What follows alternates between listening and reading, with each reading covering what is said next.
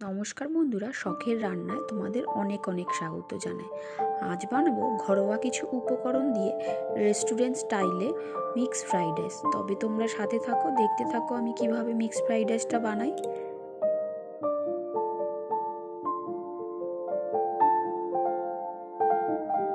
এখানে আমি নিয়ে নিয়েছি 1 কেজি বাসমতি চাল।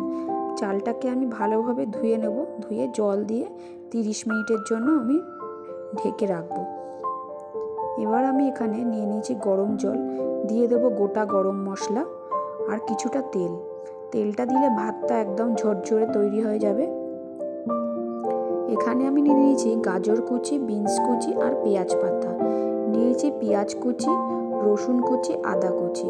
এবার আমি এখানে নিয়েছি 200 গ্রাম চিংড়ি মাছ, নিয়েছি 200 গ্রাম চিকেন। এবার চিংড়ি মাছটাকে আমি ভালোভাবে ম্যারিনেট করে নেব। গোলমরিচের গুঁড়ো আর সয়া সস দেব, আর দিয়ে দেব আদা রসুনের পেস্ট, দিয়ে দেব লবণ, দিয়ে ভালোভাবে আমি চিংড়ি মাছটাকে ম্যারিনেট করে নেব। এবার নিয়েছি চিকেনটাকেও গোলমরিচ গুঁড়ো, সয়া সস, আদা রসুন পেস্ট আর লবণ দিয়ে ভালোভাবে ম্যারিনেট করে নেব।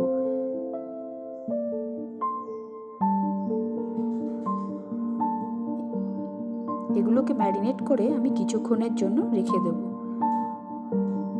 ততক্ষণে আমার জলটা গরম হয়ে গেছে। এবার তার মধ্যে আমি চালটা দিয়ে দেব। চালটাকে আমি যতক্ষণ বয়েল করব, 70% মতো আমি চালটাকে রান্না করে নেব। এবার আমি দিয়ে দেবো কিছুটা লবণ।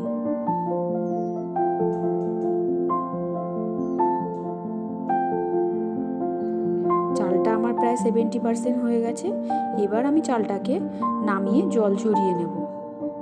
এবার কড়াইতে আমি নিয়ে নিয়েছি ডিমটাকে আমি ভেজে নেব। 2টো ডিম নিয়েছি আমি, ডিমটাকে আমি ভেজে নেব। ডিমগুলোকে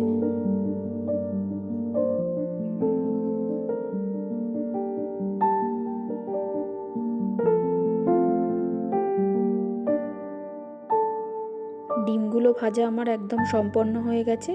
এবার ডিমগুলোকে আমি তুলে নেব। এবার এক এক করে চিকেনটাকেও আমি ভেজে নেব। চিকেনটাকে ভালোভাবে আমি ফ্রাই করে নেব।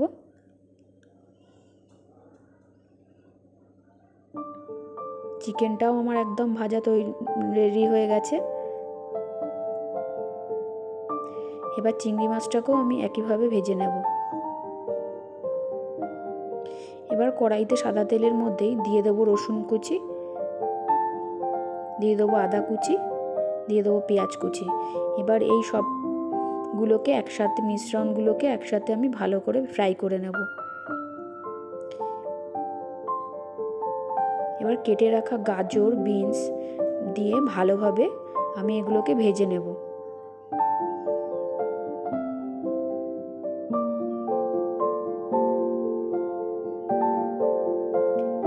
ভাজাটা যাতে একটু তাড়াতাড়ি হয়, তার জন্য আমি ভালোভাবে লবণ দিয়ে ভেজে নেব।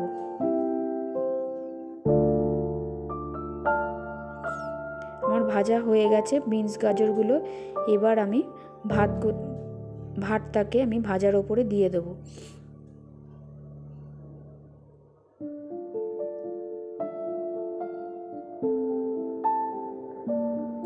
এবার একে একে ভেজে রাখা ডিম, চিংড়ি মাছ, চিকেন সব ফ্রাইগুলো ওপরে এবার এক এক করে উপকরণগুলো দিয়ে দেবো। দিয়ে দেবো পেঁয়াজ পাতা, দিয়ে দেবো কুচনো ধনে পাতা, দিয়ে দেবো লবণ, দিয়ে দেবো গোলমরিচের গুঁড়ো, আর দিয়ে দেবো সয়া সস, দিয়ে দেবো স্বাদ মতো লবণ। দিয়ে সমস্ত উপকরণগুলোকে মিশিয়ে নিতে হবে। তোমরা যারা আমার এই রেসিপিগুলোকে দেখছো, প্লিজ কমেন্ট করে জানিও তোমাদের এই রেসিপিগুলো কেমন লাগছে। আমার এই রেসিপিগুলো পেতে চাইলে প্লিজ সাবস্ক্রাইব করে আমার পাশে থেকো। আর আজকের মতো এইটুকু, আবার আসবো নতুন কোনো এক রেসিপি নিয়ে। ততক্ষণে তোমরা সুস্থ থেকো, ভালো থেকো, সকলের পাশে থেকো।